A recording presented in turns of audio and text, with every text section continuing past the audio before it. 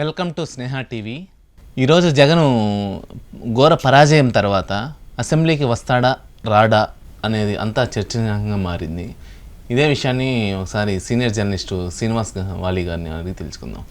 చెప్పండి శ్రీనివాస్ గారు, అసలు ఏంటి ఇప్పుడు జగన్ ఘోర పరాజయం తర్వాత ఇప్పుడు మళ్ళీ అసెంబ్లీలోకి అడుగు పెడతాడా పెట్టడా? అంతకుముందు చంద్రబాబు గారు ఓడిపోయినప్పుడు సో నేను రాను అని అన్నారు. అదేవిధంగా దానికంటే ముందు జగన్ ఓడిపోయిన తర్వాత సో నేను రాను అని అసెంబ్లీ నుంచి బయటికి వెళ్ళటం జరిగింది. అదేవిధంగా తర్వాత పాదయాత్ర చేయడం జరిగింది. సో దీన్ని ఏ విధంగా చూడొచ్చు అసలుకి? అంటే వస్తాడా రాడా? ఇప్పుడు అంటే ఇప్పుడు ఎట్లా ఉంటుందంటే పూలమ్మిని చోటే రాలమ్మాల అనేది ఒకటి సామెత ఉంది.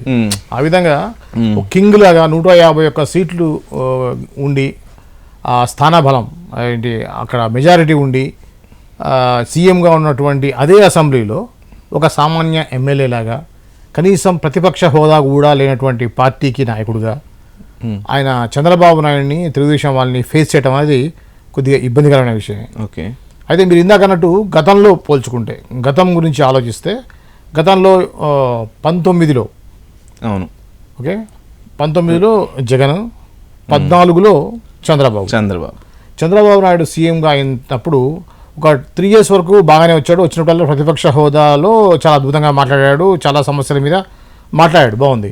జగన్మోహన్ రెడ్డి గారేమో 3 సంవత్సరాలు ఉండటం జరిగింది అసెంబ్లీలో. అదే విధంగా చంద్రబాబు గారు కూడా 3 సంవత్సరాలు ఉండటం జరిగింది. తర్వాత జగన్మోహన్ రెడ్డి గారు పాదయాత్ర వెళ్ళాడు, ప్రజా సంకల్ప యాత్ర ఆయన అతను పాదయాత్ర స్టార్ట్ చేశాడు. అవును, పాదయాత్ర అనేది బాగా కలిసి వస్తున్న ట్రెండ్, అది ట్రెండ్ నడుస్తూ ఉంది ఆ టైంలో. వైఎస్ రాజశేఖర రెడ్డి గారండి, ఆ తర్వాత కంటిన్యూగా ప్రతి ఒక్క నాయకులు కూడా పాదయాత్ర ద్వారా జనంలోకి వెళ్ళడం, జనంలోకి వెళ్ళిన తర్వాత జన స్పందనను బట్టి చేయడం అనేది వెరీ కామన్ గా వస్తూ ఉంది. ఆ క్రమంలో జగన్ ఏంటంటే జగన్ యొక్క వ్యూహం ఏంటంటే ఒక 1.5-2 years ముందే జనాల్లోకి వెళ్ళిపోవడం ద్వారా జనాల్లోకి బాగా వెళ్తుంది పార్టీ వెళ్తుంది అనేటువంటి ఇంటెన్షన్ తోటి ఆయన నవంబర్ 2017లో ఆయన పాదయాత్ర మొదలుపెట్టాడు. కంటిన్యూగా అప్ ఎలక్షన్స్ దాకా అది కొనసాగింది. సో చంద్రబాబు నాయుడు కూడా ఒక మంచి ఆపర్చునిటీ వచ్చింది. ఆయన కూడా కరెక్ట్గా 2 years ముందు 22లో అనుకుంటా, 22లో ఏ రోజైతే అసెంబ్లీలో మన వల్లభనేని వంశీ భువనేశ్వర్ గారి గురించి తప్పుగా మాట్లాడారు. ఆ టైంలో అప్పుడు అంటే బాగా ఫ్యామిలీ పరంగా బాగా వెళ్ళారు ఆ టైంలో. అంటే ఒక వ్యక్తిగతంగా కుటుంబాన్ని మహిళల్ని తీసుకురావడం అనేది అది ఒక మంచి అవకాశం కూడా చంద్రబాబుకి, ఎందుకంటే రైట్ టైంలో వచ్చాడు. అవును, అది కూడా ఆ యొక్క ఇన్సిడెంట్ తీసుకొని బయట రావడం వల్ల అద్భుతమైన సింపతి వచ్చింది. వైఎస్ఆర్సీపీ మీద నెగిటివ్ కూడా వచ్చింది. ఆ టైంలో ఆయన ఒకటే మాట అన్నాడు, నేను మళ్ళీ సీఎం అయ్యే నేను అసెంబ్లీలో అడుగు పెడతాను. అంటే ఇది ఒక పొలిటికల్ స్టంట్ అనుకోవచ్చు అండి. అంటే బయటకు వచ్చి ప్రెస్ మీట్ లో ఏడుస్తూ మాట్లాడాడు. దీన్ని కూడా ఒక పొలిటికల్ స్టంట్ అనుకోవచ్చు, ఏడవటం అనేది. లేదు, స్టంట్ కాదు పాపం. నిజానికి ఎవరినైనా సరే, మనలో అయినా సరే, మనకి అక్కలు చెల్లెళ్ళు అమ్మల గురించి మాట్లాడినప్పుడు ఖచ్చితంగా కామన్ గా వస్తుంది. కాకపోతే డైరెక్ట్ గా డైరెక్ట్ గా లైవ్ లోకి వచ్చి నేను ఏడవటం అనేది, ఆ ఇన్సిడెంట్ జరగానే బయటకు వచ్చి ప్రెస్ మీట్ పెట్టాలనుకున్నాడు. అయితే ఆ ఎమోషన్ అంటే ఇప్పుడు మీకు ఎప్పుడైనా చూడండి, ఒక ఇన్సిడెంట్ అంటే నేనేమంటున్నా వెంటనే ఇంపాక్ట్ ఉంటుంది. ఇప్పుడు నేనేమంటున్నానంటే, ఇప్పుడు ఏదన్నా మీరు ఏదన్నా నన్ను అన్నారనుకోండి, నాకు డైరెక్ట్ గా నాకు అప్పటికప్పుడే స్పందిస్తాం. కానీ చంద్రబాబు గారు అప్పుడు అసెంబ్లీలో ఏం మాట్లాడకుండా డైరెక్ట్ గా బయటకు వచ్చేసి ప్రెస్ తోటి మాట్లాడటం, ప్రెస్ మీట్లు పెట్టడం, డైరెక్ట్ గా బయటకు వచ్చి ఏడవటం, ఈ విధంగా జరిగింది. దీన్ని ఏ విధంగా చూడొచ్చు అసలు? అంటే మామూలు మీకు నాకు చంద్రబాబు నాయుడు గారికి చాలా తేడా ఉంటది. Is not a common man. సంవత్సరాల కొద్ది, దశాబ్దాల కొద్ది పొలిటికల్ ఎక్స్పీరియన్స్ ఉంది. ఆయన ఫస్ట్ నుంచి మీరు చూడండి, స్థితప్రజ్ఞత అంటారు కదా, ఆ విధంగా ప్రవర్తిస్తారు ఆయన. ఫస్ట్ నుంచి కూడా ఆయన ఫేస్ లో ఎక్స్ప్రెషన్స్ తెలవు, బాధలో ఉండా ఆనందంలో ఉండా అనేది తెలియనిటువంటి ఎక్స్ప్రెషన్స్ ఉంటాయి ఆయనకి. సో ఆ క్రమంలో ఇంకోటి ప్రెస్ మీట్ లో నాకు ఇలా జరిగింది, నా భార్యని ఇలా అన్నారు అనేటప్పుడు వచ్చేటువంటి ఎమోషనే, కానీ అది మనం దాన్ని పొలిటికల్ స్టంట్ గా తీసుకోవడానికి అవకాశం లేదు. అంటే ఆ యొక్క అవకాశాన్ని కల్పించింది మాత్రం వైఎస్ఆర్సీపీ వాళ్ళే. ఇప్పుడు జనాల్లో ఆ సింపతి రావడానికి కారణం ఏంటి? వల్లభనేని వంశీ అలా మాట్లాడారు. సో అవకాశాన్ని ఇచ్చారు, అవకాశాన్ని అలా జరిగింది. సో ఆ సందర్భంలో ఆయన ప్రతిజ్ఞ చేయాల్సి వచ్చింది. ఇంకా పోతే ఇప్పుడు ఏ విధంగా అయితే జగన్ ఓటమి చెందారో అదే విధంగా మనం చూస్తే ఇక్కడ బీఆర్ఎస్ కూడా ఓటమి చెందింది, కేసీఆర్ కూడా ఇదైంది. కేసీఆర్ కూడా ఏంటంటే నేనే రాజు, ఇక నాకు తిరుగులేదు, 10 సంవత్సరాలు కాదు ఇంకో 10 సంవత్సరాలు నేనే ఉంటా అనేటువంటి ఇదితో ఉన్నటువంటి వ్యక్తికి మీరు చూస్తే ఎంత కాన్ఫిడెన్స్ తో ఉన్నాడంటే, చాలా ఇప్పుడు ఇక్కడ కేసీఆర్ కి జగన్ కి దగ్గర పొడుగులు ఉన్నాయి. ఈయన ఏం చేశాడు అంటే కేసీఆర్ ఏమన్నా ఫాలో అయ్యాడా 100% రీతిలో కూడా కొంచెం చూడండి. అంటే సామాజిక మధ్యలో ఇది ఒకటి జరుగుతుంది ఇప్పుడు చూడండి, ఒక చిన్న ఎగ్జాంపుల్ చెప్తాను మీకు. రేవంత్ రెడ్డి సీఎం కాగానే ఆయనకి అక్కడ ఉన్నటువంటి సచివాలయం సిబ్బంది, సెక్యూరిటీ హెడ్స్ ఎవరు చెప్పారు, వాళ్ళు ఏం చెప్పారంటే ఆల్రెడీ 12-15 కొత్త వెహికల్స్ని కొని, అంటే సీఎం కాగానే కొత్త వెహికల్స్ వెళ్ళాలనే ఉద్దేశంతో విజయవాడ షోరూమ్ లో కొత్త వెహికల్స్ పెట్టుంటాడు ఆయన రెడీగా తీసుకొని అలా ఒక షెడ్ లో పెట్టించాడు. అంటే చూడొచ్చండి, ఇట్లా వచ్చింది కాబట్టి అడుగుతున్నాను. అదే విధంగా ఇప్పుడు రేవంత్ రెడ్డి అసలుకి కేసీఆర్ వాడిన వాహనాలని ఏదైతే ఉన్నాయో అవి అసలు వాడకుండా మళ్ళీ కొత్తవి వాడటం జరిగింది. సరే దీన్ని ఏ విధంగా చూడొచ్చు అంటారు? రేవంత్ రెడ్డి కొత్త ఏం చేయలేదు. అదే విధంగా రేవంత్ రెడ్డి గారు కూడా ఇప్పుడు బాగానే కాన్వెన్ బాగానే యూజ్ చేస్తున్నారు. అంటే మల్టిపుల్ సెక్యూరిటీ ఉంటుంది కదా, ఇంటెలిజెన్స్ సెక్యూరిటీ వాళ్ళు చెప్పిన దాని ప్రకారం పోవాల్సి వస్తుంది. నేను సీఎం ని కామన్ గా ఉంటా రోడ్డు మీద నడిచిపోతా అంటే కూడా సెక్యూరిటీ వాళ్ళు యాక్సెప్ట్ చేయరు, కుదరదు. సో వాటి అక్కడ ఏం జరిగింది అనేది వదిలిపెడితే ఇప్పుడు మనం మాట్లాడే సందర్భం ఏంటంటే అంత హోప్ తోటి ఉన్నాడు కేసీఆర్ అనే వ్యక్తి. ఏం చేశాడు, నేను నెక్స్ట్ సీఎం నేను రాగానే నా కొత్త వెహికల్స్ కొత్త కార్లు వాడాలన్నట్టుగా కార్లని అడ్వాన్స్లు ఇచ్చేసి ఆల్రెడీ కొనేసి విజయవాడలో షోరూమ్ పెట్టాడు, షెడ్ లో.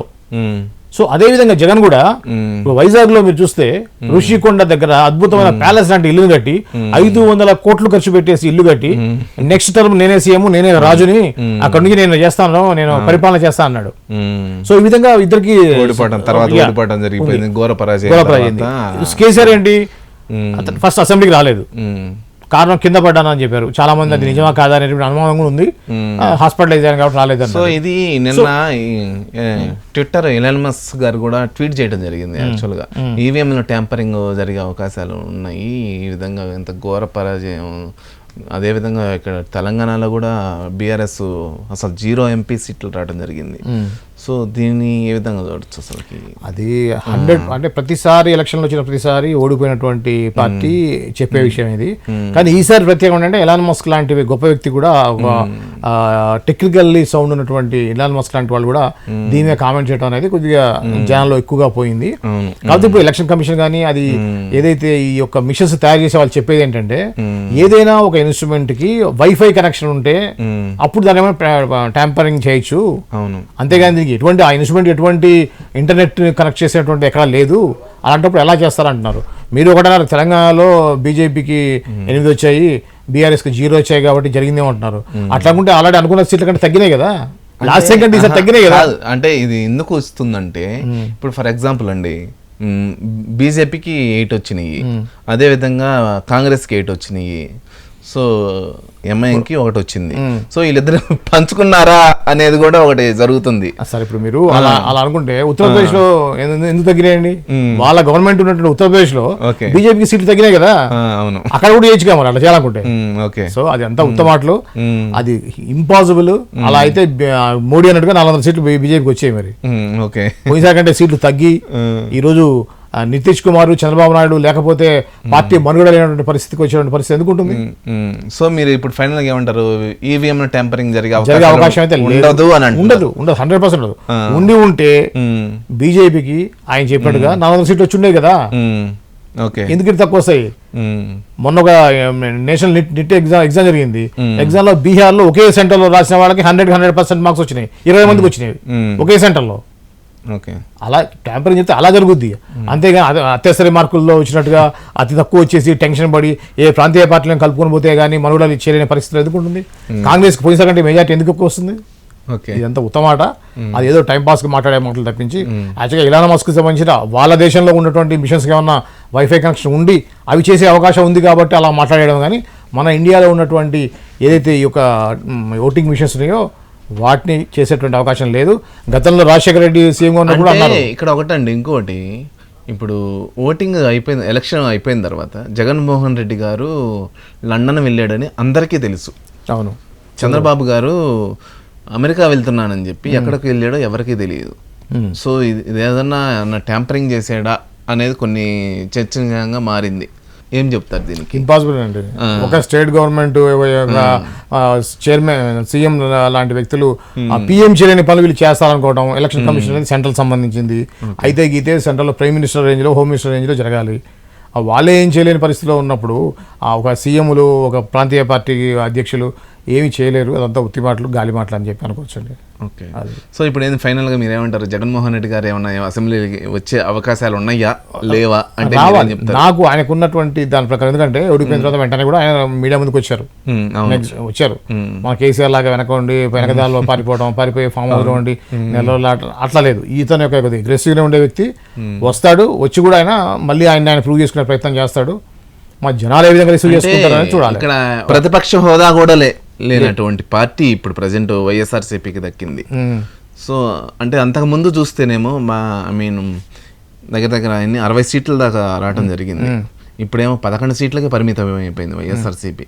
అసలు ఎలా తట్టుకొని నిలబడగలడు? ఒకవేళ వచ్చినా కానీ అసెంబ్లీలో ప్రతిపక్ష హోదా కూడా లేనటువంటి పార్టీ ఏ విధంగా రాణించగలదు అసలు వైసీపీ అనేది?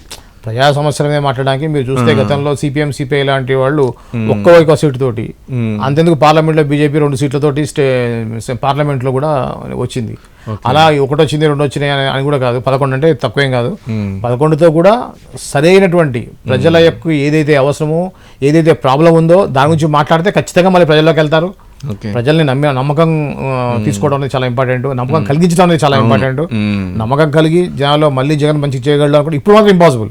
ఆ నెగిటివిటీనెస్ చాలా ఎక్కువ ఉంది. దాంతో దెబ్బ మీద దెబ్బలాగా ఇక్కడనేమో కేసీఆర్ కేసుల మీద కేసులు, ఆయన కూడా ఆల్రెడీ రోజా మీద 100 కోట్ల స్కామ్, ఇప్పుడు ఆల్రెడీ విశాఖపట్నంలో ఏదైతే మహల్ కట్టాడో దానికి సంబంధించింది జనాల్లో చాలా నెగిటివ్నెస్ ఉంది. సో 6 నెలలు సంవత్సరం దాకా మాత్రం ఈయన మళ్ళీ జనాలకు వెళ్తా పాదయాత్ర చేస్తా అంటున్నాడు, కానీ జనం అంత ఇది మాత్రం రిసీవ్ చేసుకోరు. అది 100%. ఆయన కూడా ఒక 6 నెలలు సంవత్సరం ఆగి జనాల్లో ఆవేశం తగ్గిన తర్వాత అప్పుడు జనాల్లోకి వెళ్తే జనాల్లో కొంత రిసీవ్ చేసుకునే అవకాశం ఉంటుంది. కానీ ఇమీడియట్గా మాత్రం ఆయన అసెంబ్లీకి వచ్చేసి ప్రజా సమస్య మాట్లాడటమే కరెక్ట్. ఓకే, థ్యాంక్ యూ అండి. థ్యాంక్ యూ శ్రీనివాస్ గారు. Thank you.